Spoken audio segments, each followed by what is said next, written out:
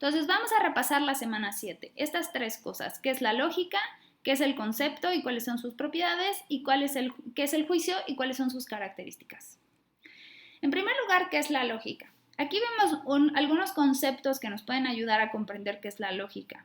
En general podríamos decir, se trata del orden del pensamiento, es algo fundamental para poder razonar y pensar correctamente, que en el fondo implica hábitos intelectuales que nosotros nos permita tener base para conocer realmente lo que está sucediendo en nuestra realidad, ya sean teorías, personas, ideas, emociones, ¿no? Cualquier cosa, pero la lógica es como una herramienta que nos permite descubrir cuáles son las formas adecuadas para saber que aquello que estamos conociendo o conociendo es correcto, ¿no? O digamos que se infiere o es acorde a la realidad.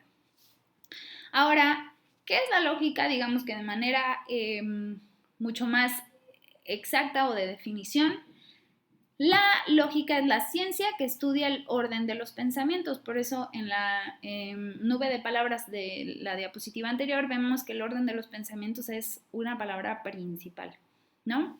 Se trata entonces de una ciencia que es una rama de la filosofía, por lo tanto va a la raíz de las cosas. No solamente se queda en metodologías, por así decir, sino que estudia realmente la causa por la cual nosotros podemos decir que estas formas son correctas y no nada más es una metodología, una cosa de métodos o formas y ya. Entonces es una ciencia que estudia la disposición, o sea, se trata de hábitos intelectuales a pensar correctamente, ¿no? Y que yo pueda comprender lo que es el pensamiento y cómo yo puedo lograr razonar con verdad. Este es el punto clave de la lógica. Ahora, ¿qué quiere decir eso de estructura del pensamiento? Cuando yo estoy hablando de estructura del pensamiento, quiere decir que, como ya lo he dicho, se trata de una forma adecuada para descubrir realmente la realidad. Recordemos aquí que estamos hablando del hombre, ¿no? De la persona humana. Y tiene dos capacidades fundamentales que son inteligencia y voluntad. La inteligencia es una parte muy importante para comprender el hombre, pero no se entiende por completo sin la voluntad, ¿ok? Y aquí esta imagen lo identifica muy bien, o sea, es una persona que no solamente ve como objetivo, digamos, la cima de la montaña, sino que ese sería su objeto intelectual, sino que además se pone en camino a realizarlo, ¿no? Busca los medios para realmente llegar a la cima.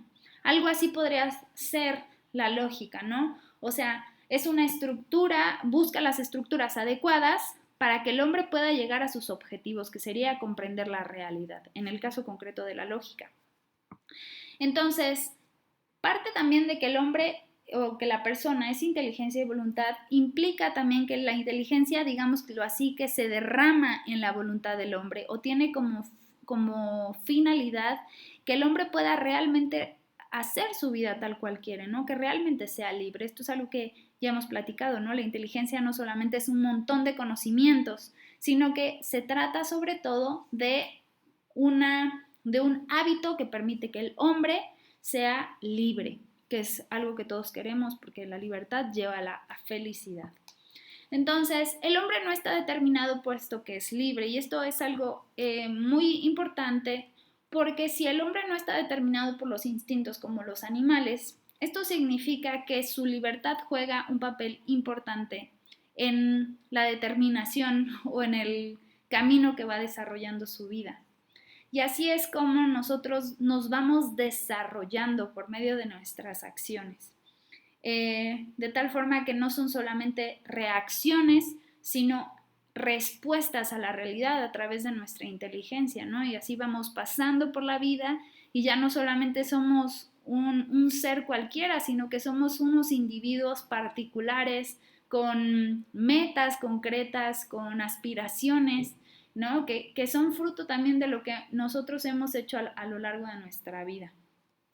Entonces, la comprensión de la realidad que me rodea, el análisis de las opciones y la elección son cosas que implican la inteligencia, pero que se muestran o se manifiestan a través de mi voluntad. Por eso inteligencia y voluntad están relacionados.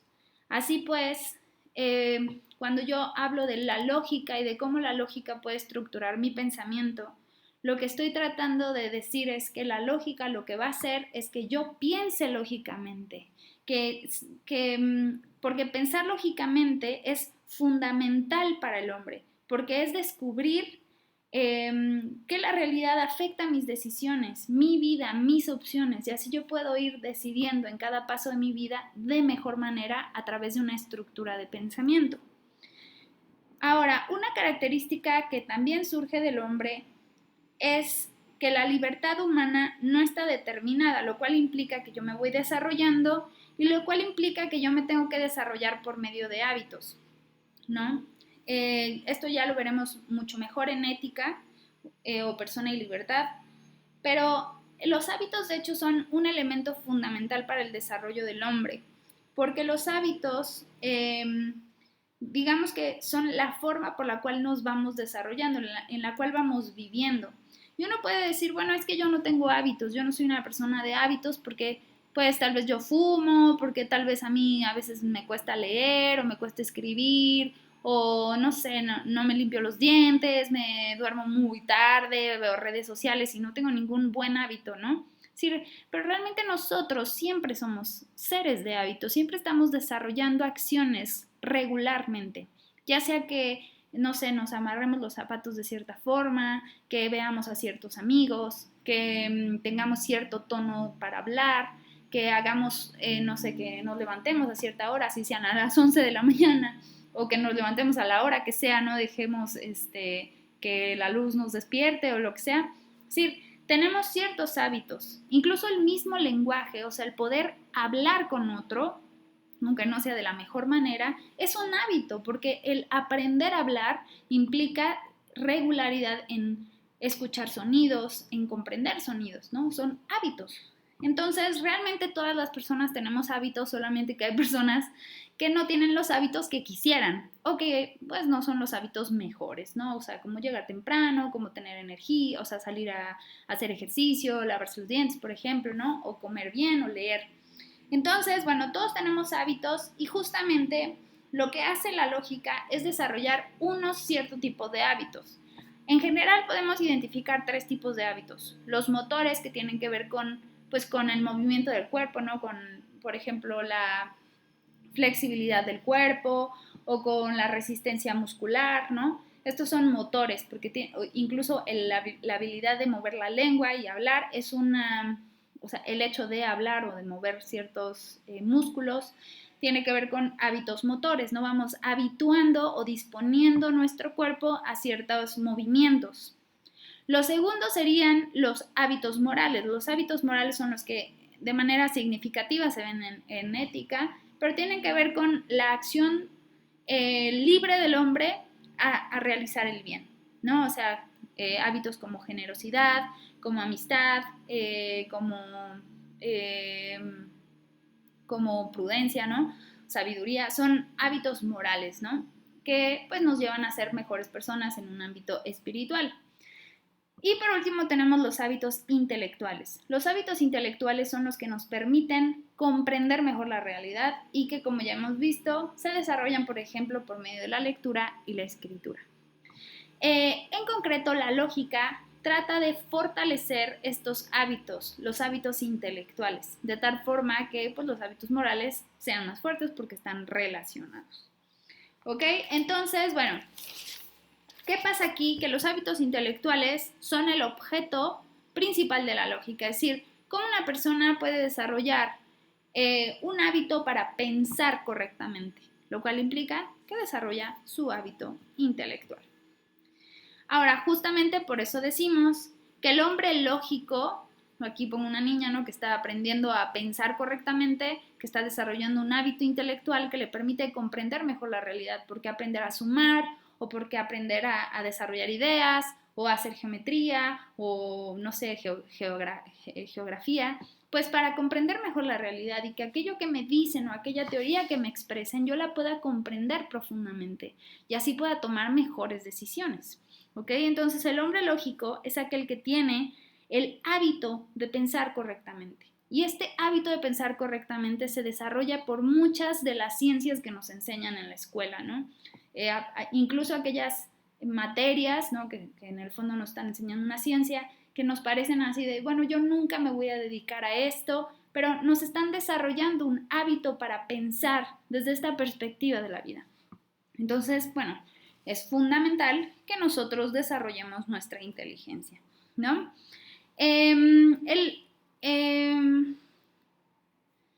Muy bien, justamente nosotros podemos hacer una analogía con el cultivo. Cuando nosotros hablamos de, por ejemplo, cultivar un fruto, nosotros tenemos que buscar las condiciones adecuadas para que este fruto desarrolle raíces y realmente dé resultado, ¿no? De un fruto sano, de un fruto fuerte, de un fruto comible, ¿no? Por así decir.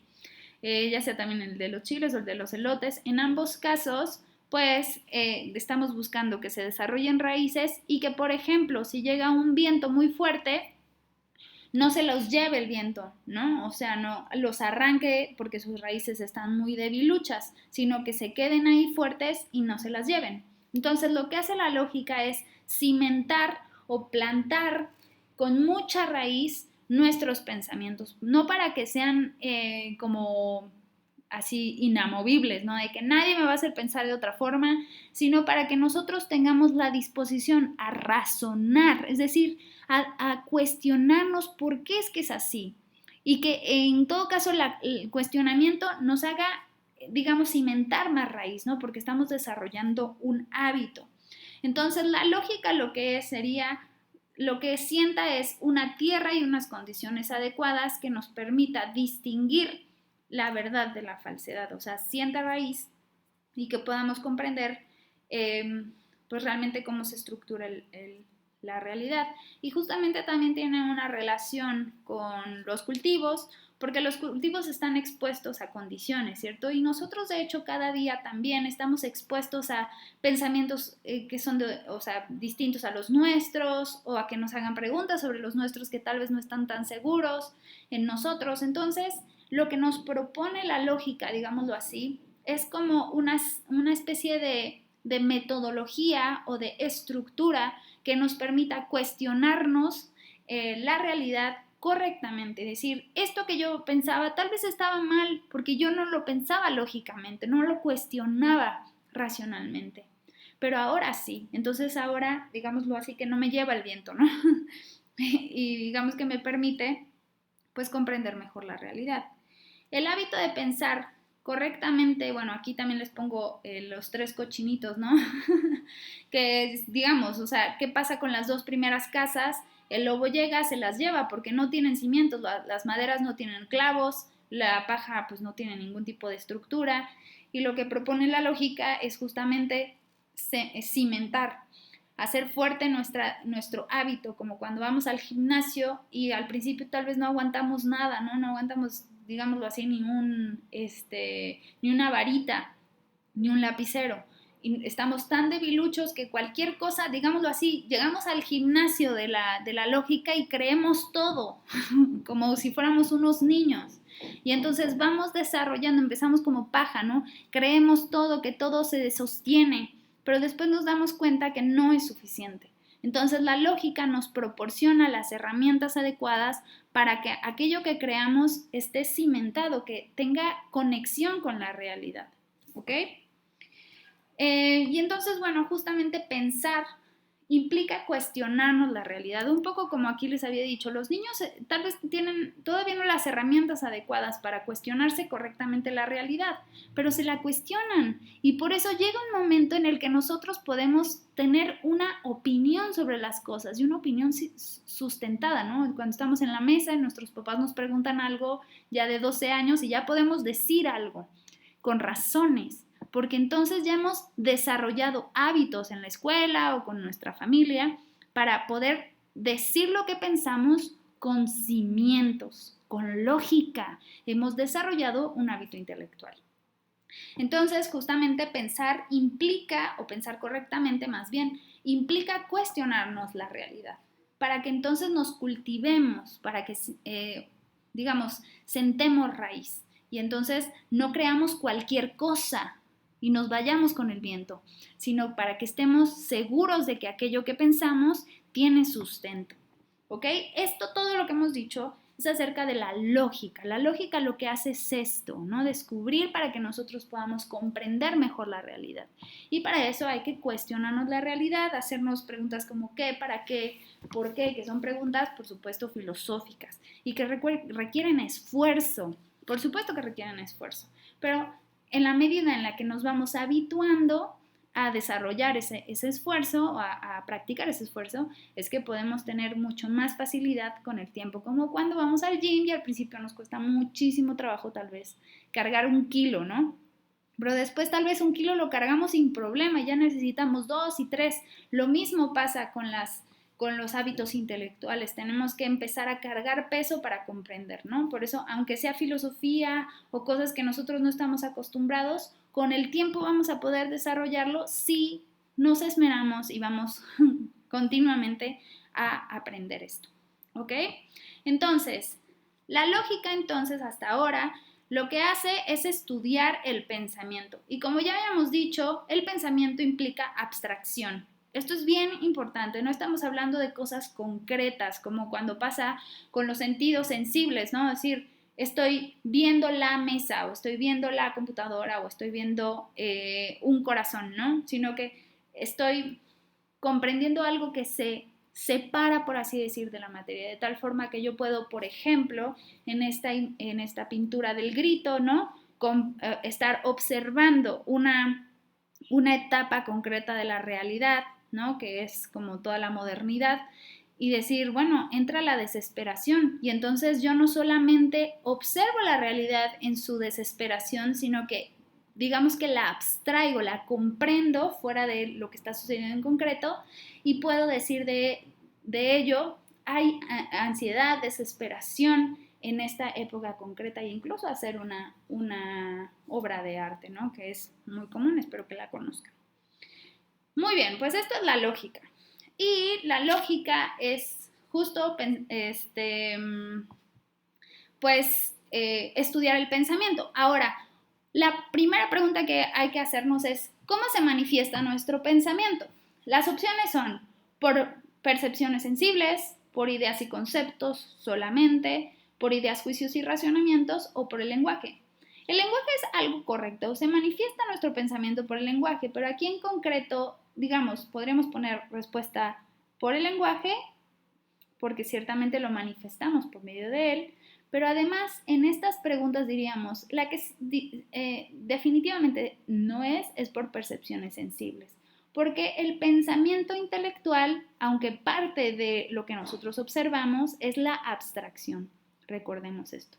Ahora, ideas y conceptos solamente no, porque aunque ciertamente sucede, ¿no? O sea, el pensamiento se manifiesta por medio de ideas y conceptos, también se manifiesta por medio de razonamientos. Entonces tenemos ideas, juicios y razonamientos, no solamente ideas, ¿ok? Entonces tenemos que las respuestas correctas son por ideas, juicios y razonamientos y por el lenguaje, ¿no? De tal forma que nosotros podemos identificar que estas son las 3 operaciones del pensamiento. Pensamos entonces, no era así. Pensamos entonces por medio de 3 operaciones que son la idea, concepto o simple aprehensión. O sea, normalmente yo me voy a referir como esta primera operación a idea o concepto, casi no la refiero como simple aprehensión. Pero digamos que es la primera, por eso se llama simple, abstracción del conocimiento. La segunda es juicio o proposición, casi siempre me voy a referir a ella como juicio. Y la tercera es raciocinio o razonamiento. Son sinónimos estos dos, entonces cualquiera de las dos aplica. ¿Ok? Muy bien, vamos a ver la primera. La primera operación del pensamiento es la idea. La idea lo que tiene como base es que, primero, es la más básica operación del pensamiento porque digamos que es la que primero sucede. Normalmente cuando nosotros estamos platicando o expresando nuestras ideas, sucede, bueno, no, nuestro pensamiento en general, sucede que utilizamos las tres y a veces no sabemos distinguir. Uno de los planteamientos básicos de la filosofía es distinguir las cosas. Por eso es que siempre parte de las ideas. Vamos a distinguir qué es esto otro. Y así nosotros podemos identificar justamente cómo es que se desarrolla adecuadamente el pensamiento. Entonces, la idea es una operación básica, capta las características esenciales de las cosas, de los seres de la realidad. Es un proceso intelectual. Esto que no se nos olvide es intelectual, no es sensible, es intelectual. El concepto se manifiesta en el plano mental, pero lo expresamos por medio de palabras, ¿sale? Por ejemplo, árbol, mesa, silla, café. Y uno puede decir, bueno, también pueden ser cosas más abstractas, por ejemplo, amistad, ¿no? Que no es algo que tiene, digamos que no podemos llevarnos en la bolsa, sino que concebimos por medio de la experiencia. Y también cosas complejas pero imaginarias, como es el unicornio, ¿no? Es decir, el unicornio lo imaginamos a través de un cuerno y un caballo, pero realmente no existe. Entonces, bueno, podemos imaginarnos cosas que realmente existen, cosas que son reales pero abstractas y cosas que son irreales y bueno, abstractas. Un ejemplo de esto, o sea, porque a veces la palabra, decir, se expresa por medio de palabras, es un poco complejo, ¿no? Es decir, ajá, o sea, árbol, pero ¿eso qué quiere decir? ¿Solo la palabra es un concepto? Y bueno, sí, pero implica un proceso intelectual. Este proceso intelectual que nosotros podemos identificar, por ejemplo, cuando vemos un niño que está llorando y está pidiendo mamá. Todavía no sabe hablar muy bien, todavía no comprende muchas cosas de la realidad, pero cuando dice mamá, el niño capta la esencia de mamá, comprende la esencia de mamá, que está diciendo, o sea, mamá me va a dar cariño, me va a dar comida, me va a dar calor o me va a dar abrigo, ¿no? O me va a sanar. Eso comprende el niño, comprende la esencia, digámoslo así, de mamá. Tal vez no comprende si mamá tiene el pelo color café, o si tiene los ojos color negro, o si tiene tez blanca, o no sabe decir algo más sobre su mamá, pero comprende las características esenciales. Algo así es el concepto o la idea, es captar lo que significa algo, ¿sale? Una de las expresiones del concepto es la definición. De hecho, a partir del estudio del concepto es que nosotros podemos llegar a definiciones adecuadas, ¿no? Que tiene pues ciertas reglas que hay que seguir. Entonces, para nosotros comprender lo que es el concepto, tenemos que distinguir dos propiedades del concepto. La primera es la comprensión. La comprehensión, que se escribe con H intermedias, es esta propiedad que distingue las características esenciales de un ser o de un grupo de objetos. Y la extensión refiere al conjunto de seres que, por así decir, caben en un concepto o conjunto de conceptos. Esto como no, o sea, uno puede decir, no entiendo nada, ¿no? O sea, ¿esto qué quiere decir? Bueno, vamos a ver un ejemplo para esto. O sea, comprensión sería los conceptos que identifican, o sí, las palabras que identifican a un ser, ¿no? Como características esenciales. Y la extensión sería de cada uno de esos conceptos o conjunto de conceptos qué seres podemos identificar con ellos. Esto parece un poco complejo, pero vamos a hacer un ejercicio. Vamos a ver, ¿qué podemos captar de este reloj? Podríamos decir, es un objeto, mide la hora, tiene manecillas, es de metal, es de mano, ¿no? Es de cuero, tiene marcados los números de las horas, es de tal marca, ¿no? Mide la presión. Sí, podemos identificar muchas características.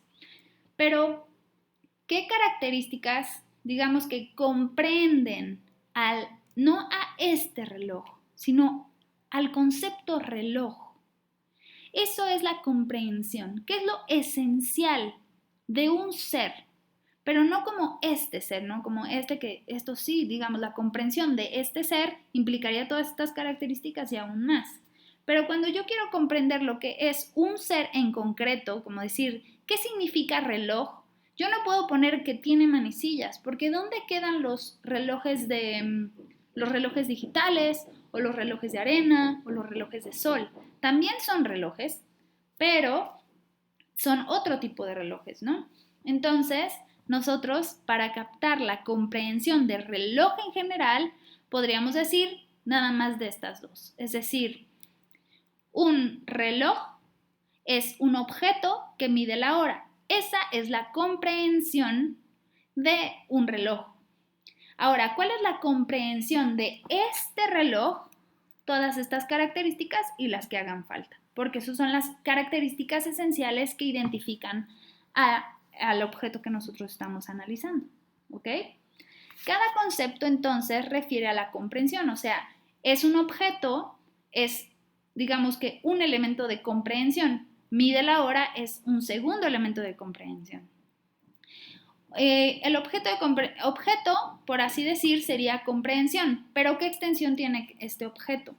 Entonces, por ejemplo, si todos estos objetos, todas estas cosas que están aquí, todas estas imágenes, fueran el mundo, todas las cosas que existen, nosotros podríamos decir, a ver, si yo digo el concepto objeto, ¿qué cosas caben en este concepto?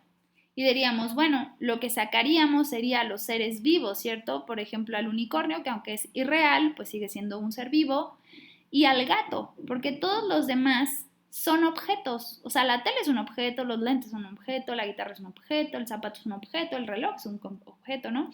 Entonces, ¿qué? Que no son objeto el unicornio y el gato. Así pues, la comprensión es objeto y la extensión en este universo de seres son estos, ¿ok?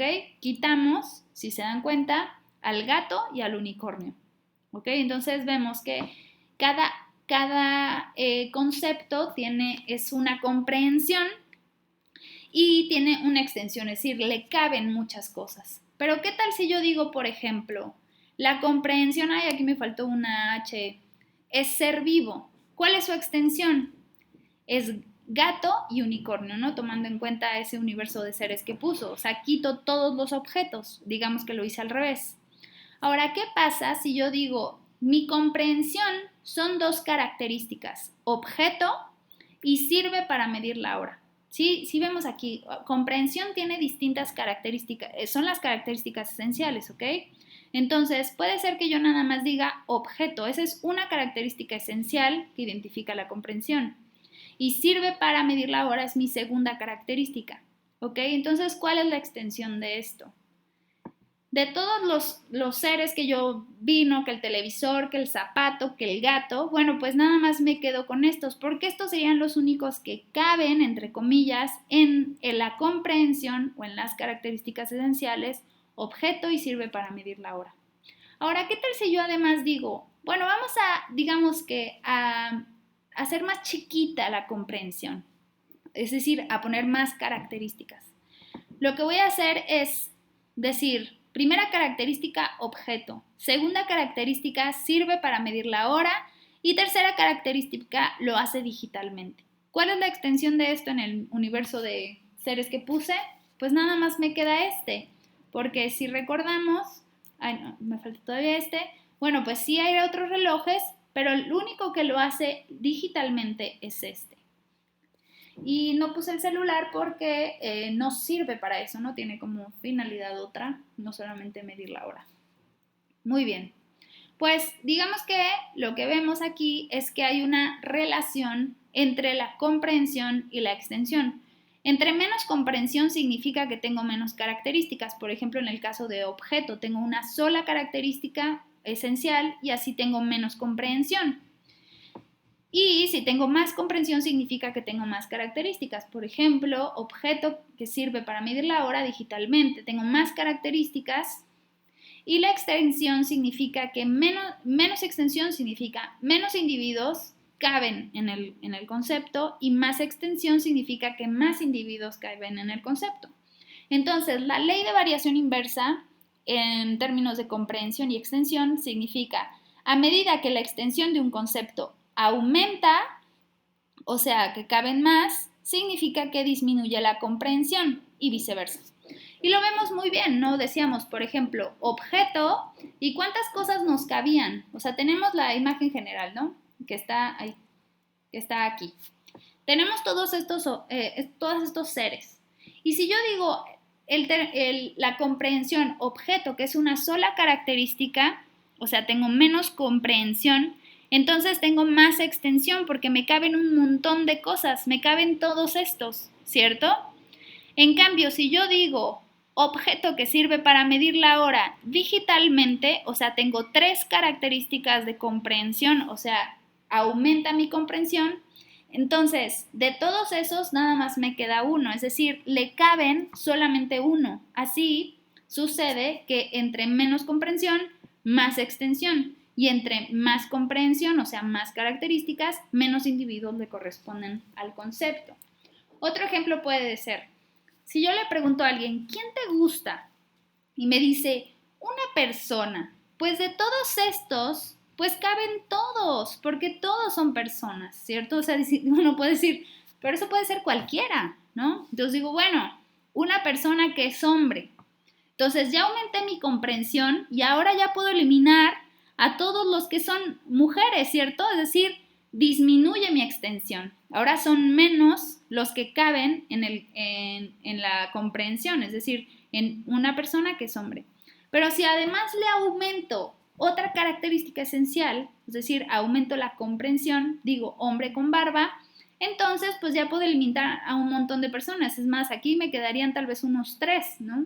Él y él. Es decir, ahora hay menos extensión porque hay más comprensión. ¿Ok? Muy bien. Pues la extensión, digamos que esto de ir identificando comprensión y extensión me permite hacer mejores definiciones. Por eso es muy bueno, porque así me permite identificar correctamente a qué me refiero. Ahora, en concreto la extensión me permite ordenar en orden de general y particular. O sea, me permite descubrir qué son conceptos generales y cuáles son conceptos particulares. Y para esto hay 2 formas de acomodar. La forma decreciente, que va de lo general a lo particular, por eso pongo 5, 4, 3, 2, 1, porque voy de lo más general. Al 5 le caben 5 unos. En cambio, al 1 nada más le cabe 1. Es más individual, más particular, y el 5 es más general. Entonces voy de 5, 4, 3, 2, 1. Y la otra forma de acomodar es la forma creciente. La forma creciente va al contrario, va de lo particular a lo general y sigue la misma lógica esto de los números, que sería el 1, pues le cabe solamente un 1, pero al 3 le caben 3 unos y al 4, 4 unos y así, ¿no? Entonces voy creciendo, voy de lo más particular a lo más general. ¿Ok?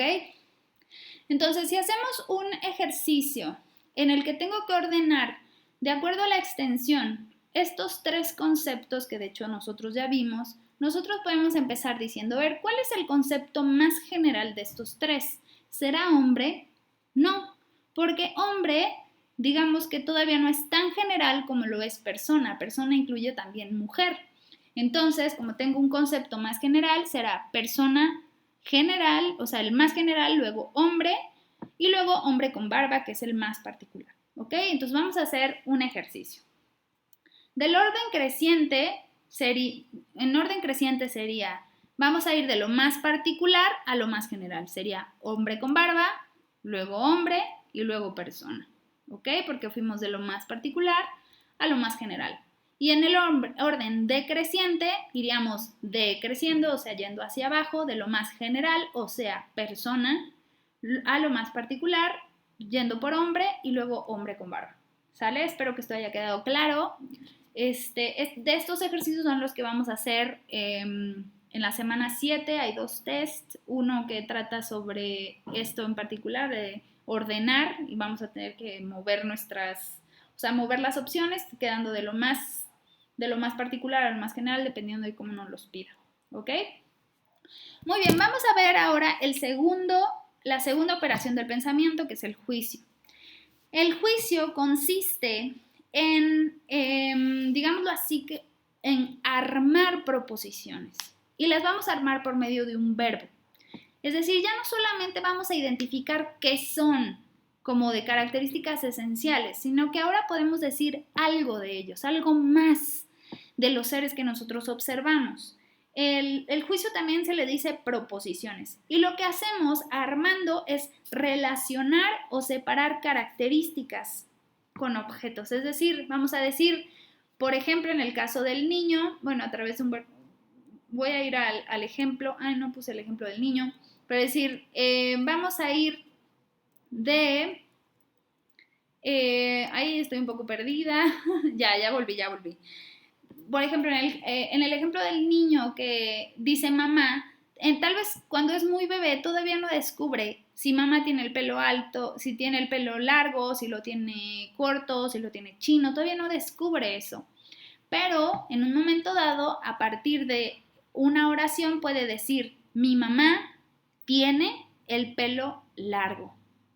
¿Sale? Y además puede aumentar un complemento, por ejemplo, puede decir, mi mamá me cocina pollo con verduras, ¿no? Es decir, puedes modificar esto y el complemento siempre sirve para ser más específico y más preciso. Pero en general nosotros expresamos el juicio por medio de esta fórmula, ¿no? De esta estructura que es la estructura de la oración. Ponemos un sujeto, ponemos un verbo y ponemos un predicado. Ahora bien, hay distintas características que podemos identificar en los juicios, ¿ok? Ya identificamos que se trata de una oración, que decimos algo de las cosas, ya sea afirmativamente o negativamente, y que estamos relacionando unos conceptos con otros, ¿no? Estamos relacionando, en el caso de la mamá, mi mamá y pelo largo sí se relacionan, ¿no? Si yo digo mi mamá no es alta, estoy diciendo mi mamá y alta no se relacionan, no hay relación entre ellos, no estoy viendo relacionando, por eso se trata de relacionar, de armar proposiciones. Entonces, ¿cuáles son características generales? Primero voy a detenerme en esto de la lógica clásica y lógica moderna. La lógica clásica comienza con Aristóteles, particularmente pues con su Organón, no sé si han escuchado de eso, ¿no? Desarrolla toda una estructura de la lógica y particularmente se preocupa por, digamos, por seres o por características que no son singulares. En cambio, la lógica moderna se preocupa sobre todo por, o estudia sobre todo, cuestiones particulares de las cosas. Ahorita vamos a ver un ejemplo de esto, pero esto es importante que lo identifiquemos. Ahora, en la lógica clásica identificamos 4 tipos de argumentos que se llaman A, E, I, O. Así se llaman A, E, I, O. Y ese nombre lo adquieren de acuerdo a 2 características, a la cualidad y a la cantidad. Es decir, de acuerdo a qué características tenga, es que se van a llamar de una forma o de otra. Entonces, bueno, ¿cuáles son las características generales? Hay 3 en general que podemos identificar. Podemos identificar su realidad, es decir, si ese juicio que estamos haciendo, por ejemplo, mi mamá es alta, ¿es verdadero o es falso? Si coincide con la realidad, es verdadero, y si no coincide con la realidad, es falso. Por su cualidad, podremos decir que se expresan de forma afirmativa, o sea, sí relacionando un concepto con otro, o negativa, cuando no relacionan un concepto con otro. Por ejemplo, mi mamá es alta sería un juicio afirmativo, y mi mamá no es alta sería un juicio negativo, porque no estoy diciendo que no hay relación entre ellos, pero la relación tiene que ser explícita para que sea negativo. Y por su cantidad es cuando nos referimos a una generalidad muy grande, cuando hay un 100% de los seres a los que me refiero que tienen cierta característica.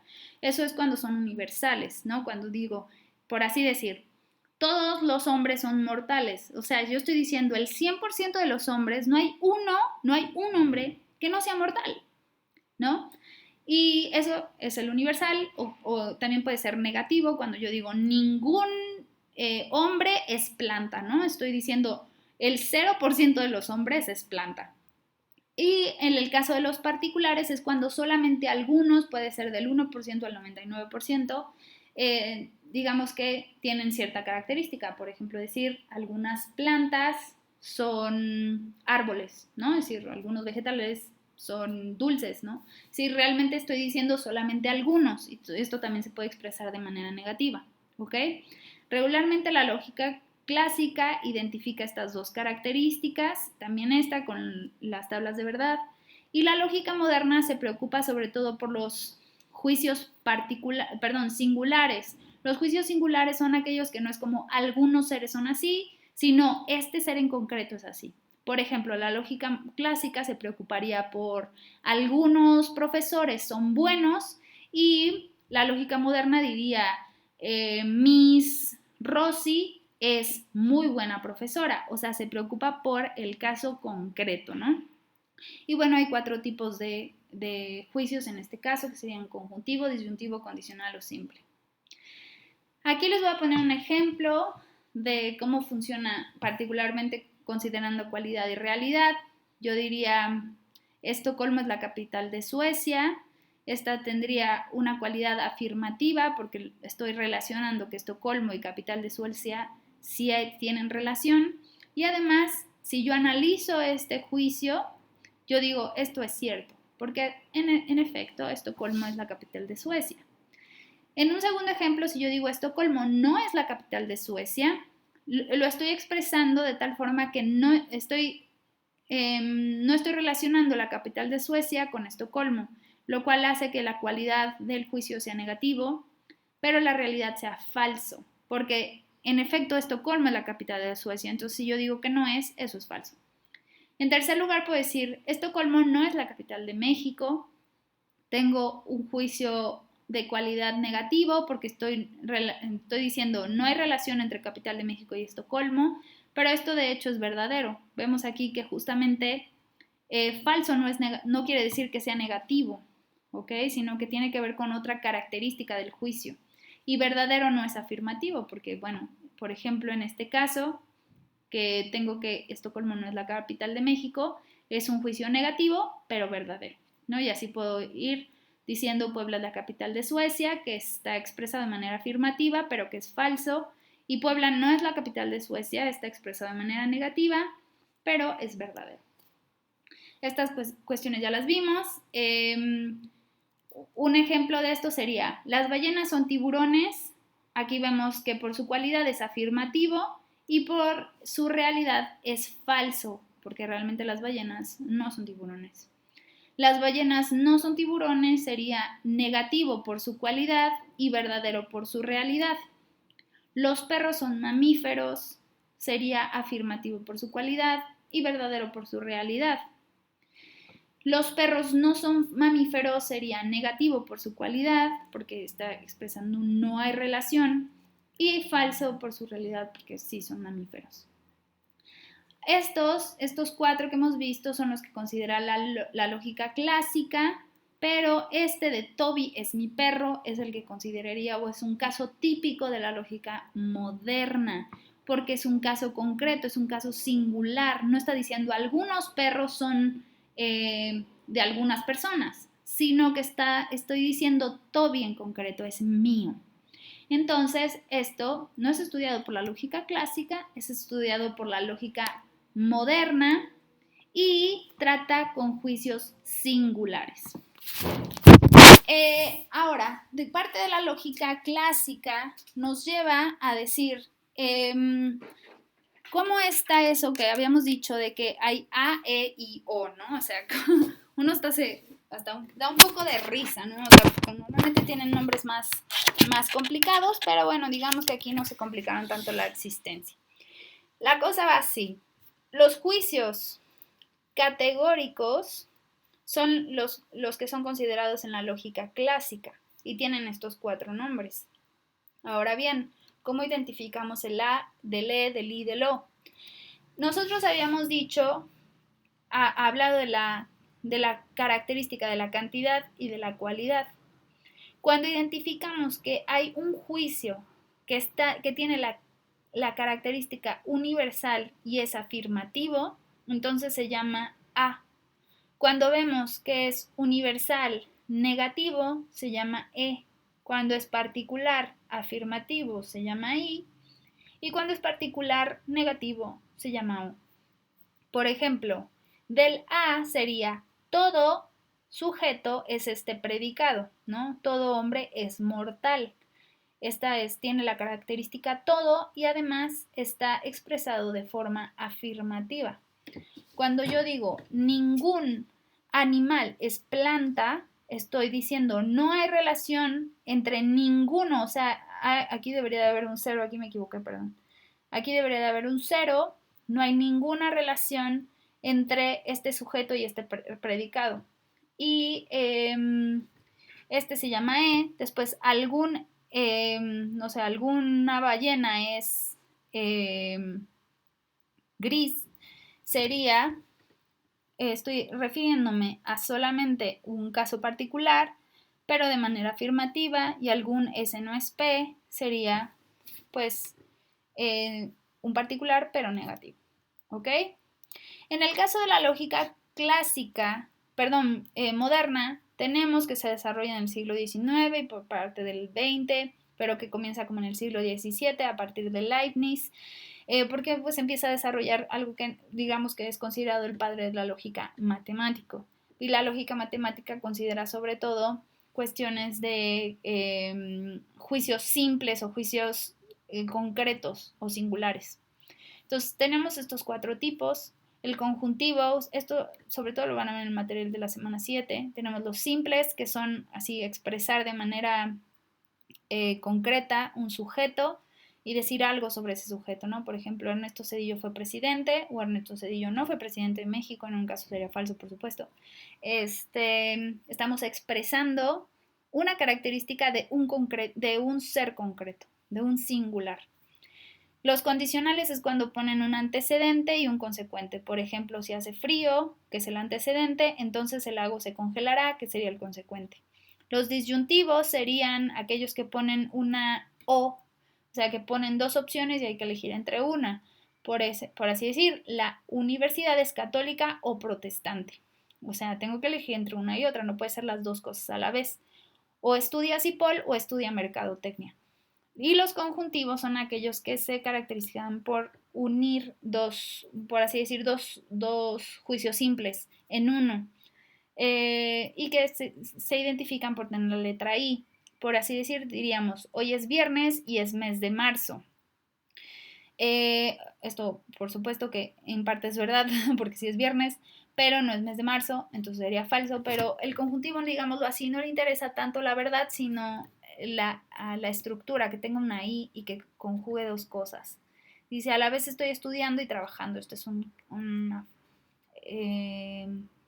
ejemplo del conjuntivo. Ok, entonces tenemos aquí cuáles son los juicios y para ello vamos a hacer un pequeño quiz. Para esto vamos a necesitar, un quiz rápido. Es decir, ¿qué estudia la lógica? Como para repaso, porque esto es algo que estamos viendo en la semana 7. Entonces, ¿qué estudia la lógica? Entre estas 3 opciones, ¿cuál vamos a elegir? Dice, el orden del pensamiento para lograr un razonamiento correcto y verdadero, o el orden de las acciones para lograr una vida buena y feliz, o el orden de las proporciones para lograr una disposición a la belleza. La respuesta correcta, por supuesto, es el orden de los pensamientos para lograr un razonamiento correcto y verdadero. Ok, muy bien. Pues, ahora, ¿qué es el concepto? El concepto es, vamos a ver cuál de las 3 opciones es. Dice, es una operación del pensamiento que consiste en captar la esencia de los seres. Es una operación del pensamiento que consiste en relacionar conceptos o es una operación del pensamiento que consiste en inferir conclusiones. La respuesta correcta sería captar las esencias de los seres. Muy bien. Y en tercer lugar, Y en tercer lugar, vamos a hacer una tercera pregunta que es, ¿qué es el juicio? Tenemos las mismas 3 preguntas, ¿no? Ya dijimos que si el concepto es captar la esencia, entonces nos quedan estas 2 preguntas o estas 2 respuestas. El juicio es una operación del pensamiento que consiste en relacionar conceptos o en inferir conclusiones. La respuesta correcta, como bien saben, es que el juicio es el pensamiento que consiste en relacionar conceptos. Muy bien. Y entonces, bueno, hasta aquí hemos visto ya todo lo que es de la semana 7. Espero que haya quedado muy claro. Ahora vamos a ver lo que sería de la semana 8. Pero para esto justamente nos va a llevar una cuarta pregunta, que sería: ¿qué es el razonamiento o el raciocinio? Y como ya descartamos estas dos, entonces nos queda esta respuesta, que es: el raciocinio es una operación del pensamiento que consiste en inferir conclusiones. Y con eso vamos a pasar justamente a la semana 8. Y vamos a ver el razonamiento. Ok, el raciocinio, entonces, aquí no sé si ubican este meme, que es una persona, pues, digámoslo así, que haciendo todos sus cálculos para poder llegar a una conclusión así: ¿será que esto es cierto, no? Y así lo ponemos también cuando nos estamos riendo con alguien más y diciendo: bueno, yo estaba tratando de comprender las cosas y estamos así, ¿no? Haciendo todos nuestros cálculos. Pues justamente de eso se trata el razonamiento, es decir, de hacer todo un proceso mental en el que lleguemos a una conclusión a partir de ciertas premisas o de ciertos juicios conocidos. ¿Ok? Entonces, justamente aquí la cuestión es la inferencia. Y la estructura del raciocinio es premisas y conclusión. Digámoslo así, que como vimos en el juicio que teníamos una estructura de la oración en la que hay sujeto, verbo, predicado, aquí podríamos decir ¿cuál es la estructura del raciocinio? Premisas más conclusión. Y aquí es importante decir premisas en plural, porque las premisas, entre más premisas, quiere decir que, digámoslo así, hay más sustento. Entonces, y que nos puede llevar a una conclusión como más certera. ¿Ok? El raciocinio se expresa por medio de argumentos. En realidad, el raciocinio es el proceso mental que nosotros realizamos para llegar a una conclusión. En cambio, el argumento es la expresión por medio de la palabra o por medio de la escritura de este procedimiento. ¿Sale? Entonces, justamente lo que vamos a hacer en el ensayo es expresar ese proceso de razonamiento que nosotros tenemos sobre una postura concreta. ¿Ok? Un ejemplo de raciocinio sería el siguiente. Tenemos premisa 1, o sea, mi primer juicio, mi primera razón es: todo el que estudió la primaria debe saber leer. Tengo un juicio, porque tengo un sujeto que sería toda persona o todo el que, un verbo, estudió la primaria, debe saber leer, sería el predicado, ¿no? O sea, tenemos sujeto, verbo, predicado, y es algo que podemos decir: bueno, esto es cierto, ¿no? Porque ciertamente si pasaste la primaria, pues aprendiste a leer, ¿no? Porque aprendes en segundo o primero de primaria. Entonces, mi primera premisa correcta o verdadera. Segunda premisa, mi segundo juicio será: todo universitario o toda persona, sujeto universitario, que estudió, sería mi verbo, la primaria, estudió la primaria, la primaria será mi predicado. Entonces tengo sujeto, verbo, predicado, tengo todo universitario estudió la primaria. A partir de esto, ¿qué puedo concluir? Si digo todo el que estudió la primaria debe saber leer y todo universitario estudió la primaria, por lo tanto, y aquí es donde, digamos, en esto que nosotros estamos captando de estos juicios, estamos haciendo un proceso para inferir la conclusión. Entonces, yo infiero lo siguiente: todo universitario sabe leer. Hay que tener aquí conceptos en común entre las premisas para que yo realmente pueda inferir a través de ellas. Si no hay una inferencia, yo no puedo llegar a una conclusión. ¿Ok? Hay distintos tipos de argumentos o de raciocinios, pero siempre tiene que tener este elemento de inferencia. Es decir, a partir de conocimientos ya dados, porque esto es algo que damos por hecho, ¿no? El universitario a fuerza tuvo que pasar la primaria, entonces damos por hecho, y a partir de esto que ya conocemos llegamos a algo nuevo, por así decir, ¿no? El universitario sabe leer. Otro ejemplo, que es el ejemplo clásico, que seguramente lo escuchamos, es: primera premisa, todo hombre es mortal. No tenemos todo hombre sería el sujeto, es verbo, mortal es predicado. Segunda premisa sería Sócrates, verbo, sujeto, es verbo, hombre predicado.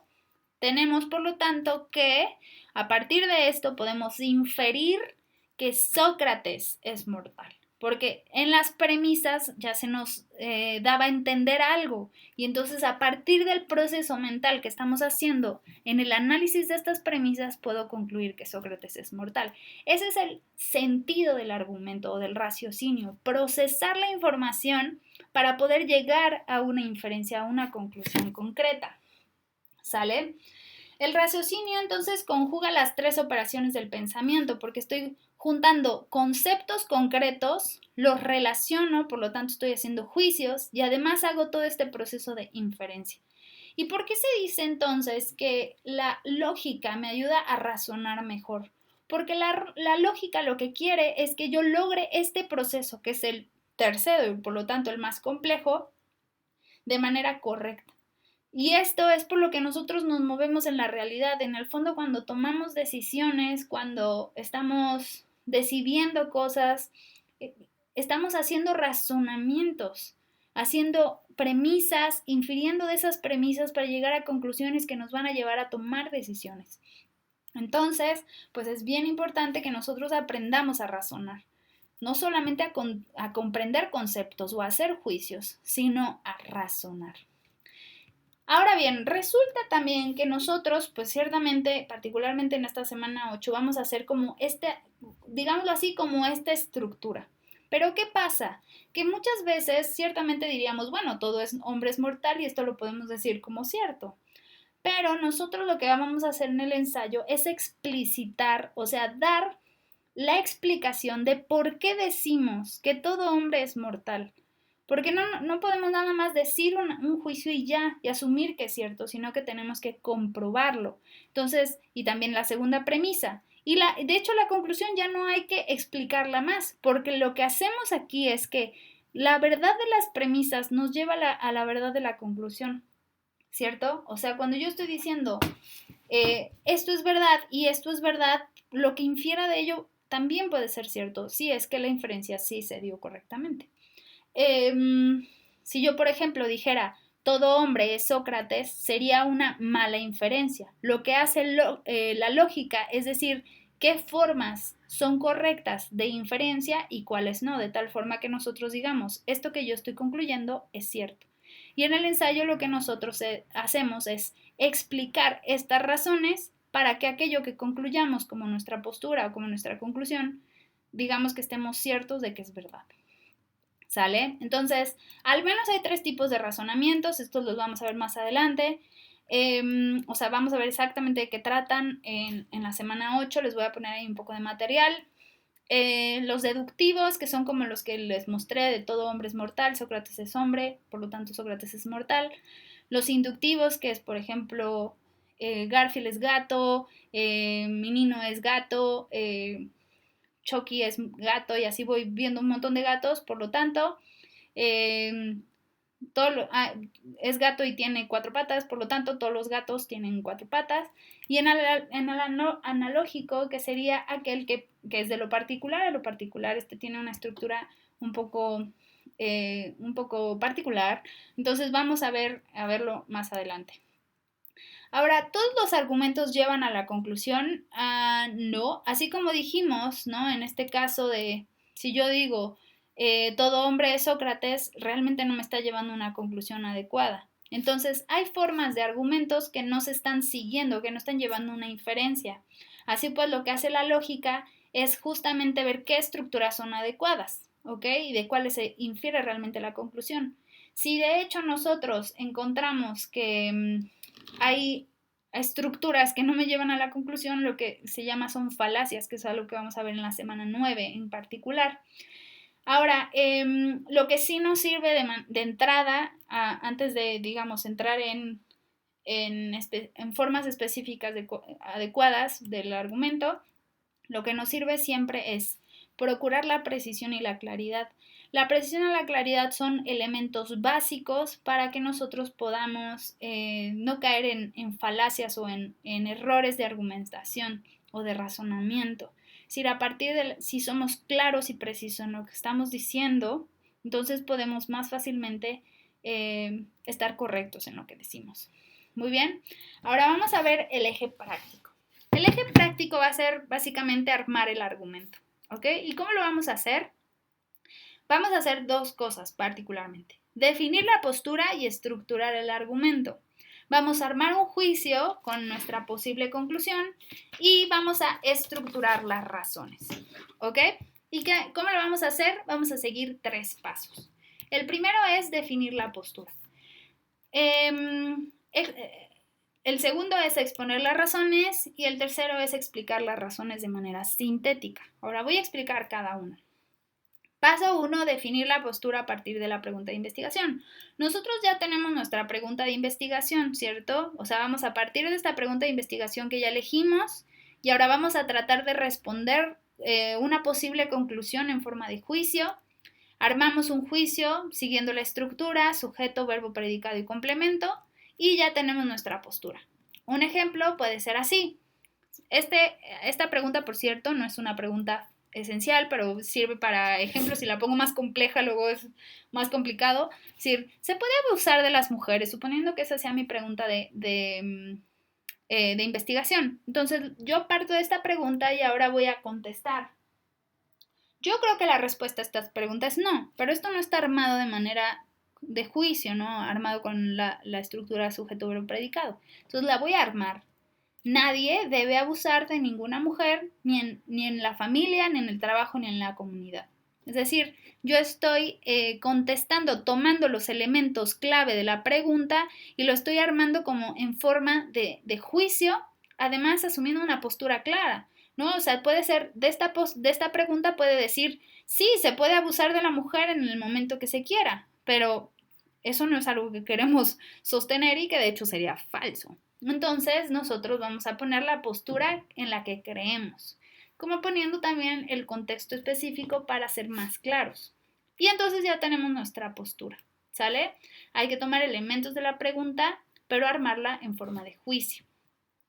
Paso 2. A partir de la postura vamos a buscar razones para validar nuestra respuesta, es decir, esta respuesta que pusimos de nadie debe abusar de ninguna mujer, ahora la vamos a justificar. ¿Sale? Recuerden como buscar los cimientos, como los cerditos con su casa, ¿no? Vamos a buscar qué cimientos van a hacer fuerte nuestra postura. Entonces, vamos a buscar razones, luego cada razón será una premisa y luego vamos a usar el esquema de pescado para estructurar nuestras premisas. Aquí me sobra una S y ya tenemos nuestro esquema. ¿Qué es eso del esquema de pescado? El esquema de pescado es esto. Este esquema se utiliza sobre todo en industrias para resolver problemas concretos. Entonces ponen un problema, por ejemplo, que tienes números rojos en Harley Davidson y entonces pones 3 cosas que debes mejorar para poder subir o cambiar de números rojos a números normales, ¿no? A números positivos y aquí en competencias. ¿Por qué? Porque necesitamos nuevas marcas, hay nueva tecnología. En mala calidad, pues a veces no somos tan buenos en ensamblaje, hay fallas técnicas, hay rezago tecnológico y en poca experiencia de nuevos dueños, pues hay falta de estrategia, bla, bla, bla, ¿no? Entonces, justamente lo que nosotros vamos a hacer es poner nuestra postura aquí, razón 1 aquí, y cada una de los subtemas o de las explicaciones en como las ramitas. Estas se llaman costillas, por así decir, del pez. Y aquí vamos a poner premisa 1, premisa 2, premisa 3 y vamos a poner también una premisa 4. Tenemos que poner 4 razones en nuestra postura, ¿sale? Y aquí normalmente en la cola se pone el contexto o algún tipo como de introducción, ¿no? Que ayude a la comprensión, pero que no sea parte de las premisas. Entonces, vamos a poner un ejemplo. Postura. Nadie debe abusar de ninguna mujer, ¿cierto? Entonces, mi premisa 1 va a ser, es del género humano. Mi segunda premisa va a ser, es persona y tiene dignidad. O sea, por ser persona tiene dignidad. Mi premisa 3, puesto que es digna, tiene libertad, lo cual la hace autónoma. Y mi premisa 4, puesto que es persona, es un ser social y debe ser considerada para el bien común. Y entonces cada una de estas premisas la voy a poner en una costilla de nuestro pescado y la conclusión en la postura, ¿no? Así como les había dicho. Aquí voy a poner nadie debe abusar de ninguna mujer. Aquí voy a poner es persona, tiene dignidad, tiene libertad. Y voy a abrir otra costilla, voy a decir es un ser social y tiene que ser considerada en el bien común, ¿sale? Y ahora, ¿qué voy a hacer en mi paso 3? En mi paso 3 lo que voy a hacer es explicar cada premisa por separado, ¿sale? Ahí en mi mismo esquema de pescado voy a poner aquí la explicación de cada uno, que sea sencilla, pero que sea clara y que, digamos, que explique con mis palabras, ¿ok? Entonces, vamos a utilizar conectores para mayor precisión. Normalmente no usamos conectores, decimos esto así, así, así, pero realmente los conectores nos ayudan a tener mayor comprensión de lo que estamos expresando. ¿Ok? Entonces es fundamental que usemos conectores. Ahorita les pongo algunos ejemplos. Y con eso tú ya tienes tu explicación sintética. Por supuesto que esto no es tu ensayo final. Solamente es como empezar a escribir, empezar a decir por qué pienso esto. Y entonces cuando ya busquemos información académica o científica acerca de esta explicación, ya vamos a saber hacia dónde ir, ¿no? Las fichas de trabajo que hemos hecho han sido como para orientarnos en el tema, pero vamos a tener que investigar mucho más para poder tener razones suficientes para justificar nuestra postura. Un ejemplo de este paso 3 es este. Mi postura es esta, ¿no? Nadie puede abusar de una mujer y digamos que mis premisas son mi por qué, mi explicación, ¿ok? Y esto en concreto es mi argumento. Nosotros a veces, y de hecho yo a veces también lo digo, ¿no? Decimos, cada uno de estos es un argumento. No, el argumento es el completo. Premisas con conclusión es el argumento. Y cada una de estas es mi premisa, es decir, una parte de mi argumento, ¿sale? Entonces yo aquí voy a poner mi primera premisa es del género humano, que ya les había dicho, lo cual la pone en el mismo campo moral que cualquier otro ser humano y con lo cual se le puede reconocer derechos y sus capacidades espirituales, pensar y elegir. ¿Ok? Expliqué de manera sintética con mis palabras. Después yo con el tiempo voy a ir buscando más información, voy a expandir esta explicación para que quede lo más claro, porque ahorita dices, bueno, sí es cierto, pero tenemos que explicar lo más claro posible. Entonces, bueno, esto es una explicación sintética. Luego voy a ir con la segunda, tiene dignidad, voy a escribir debido a que es persona, eso implica que la mujer no es cosa, por lo que no se le puede hacer con ella lo que se quiera o lo que sirva para dar placer, ¿no? O sea, pensemos así en cada cosa y bueno, así voy a ir con cada una. Esto es lo que tienen que hacer.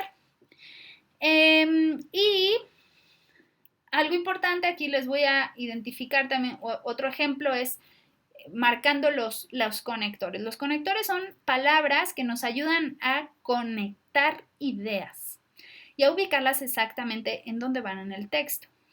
Por ejemplo, mi segunda premisa es que tiene dignidad. Entonces, pongo en segundo lugar, que esto me ayuda a ubicar esquemáticamente en el esquema en dónde está esta premisa. Luego pongo porque, diciendo la razón directa, tiene dignidad la mujer. Es bien sabido que todas las cosas del universo tienen valor porque efectivamente tienen una razón de ser por la que se les valora y aprecia. Normalmente aquí ponemos coma, aprecia. No, usemos conector, usemos y. Existe esta palabra que sirve para eso, ya que sirven para algo. No obstante, las capacidades ontológicas de la mujer superan el grado de utilidad en el que se quedan los objetos materiales del mundo, pues ella puede pensar y decidir, es decir, la mujer es persona y por ello su valor es incalculable e inviolable, lo cual la hace digna o bien merecedora de un trato que supone libertad y no utilidad. ¿Cierto?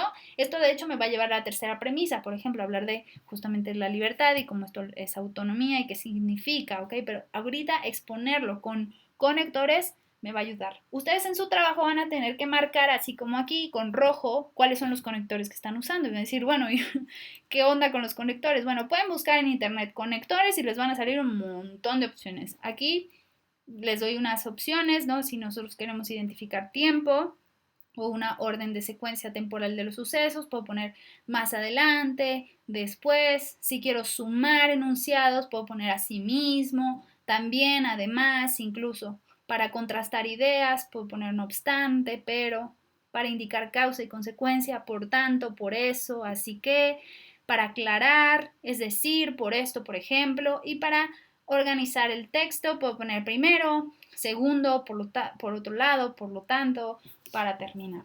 ¿Sale? Entonces, que con todo esto, que bueno, pensar nos ayuda a comprender mejor y así tomar mejores decisiones. Comprender mejor mis opciones y así elegir mejor. Estamos conectados, mente y corazón, por así decirlo, y decisiones. Libertad e inteligencia están conectados. Por eso, aprender lógica, aprender a pensar lógicamente, es aprender a decidir mejor en el fondo. Es desarrollar un hábito intelectual que va a fortalecer mi capacidad de análisis de opciones. Y por lo tanto, voy a poder decidir mejor. ¿Sale? Entonces, bueno, espero que haya quedado claro. Para la semana 7 acaba el 12 de octubre, o sea, mañana. Tienen que entregar los tests de juicio y de concepto. Tienen que entregar también el eje práctico de la semana 6 para todos aquellos que no lo hayan entregado. Y también tienen una opción de eje práctico opcional, que es hacer una ficha de trabajo extra. Esta les da un punto extra. Y para la semana 8 vamos a tener que escuchar todo esto. Voy a ponerles una actividad de eje teórico y además vamos a tener que hacer este eje práctico que es con el esquema de pescado, y ya cuando habilite la semana 8 vamos a poder enviarla y la fecha de entrega será el 19 de octubre. ¿Sale? Bueno, pues muchas gracias.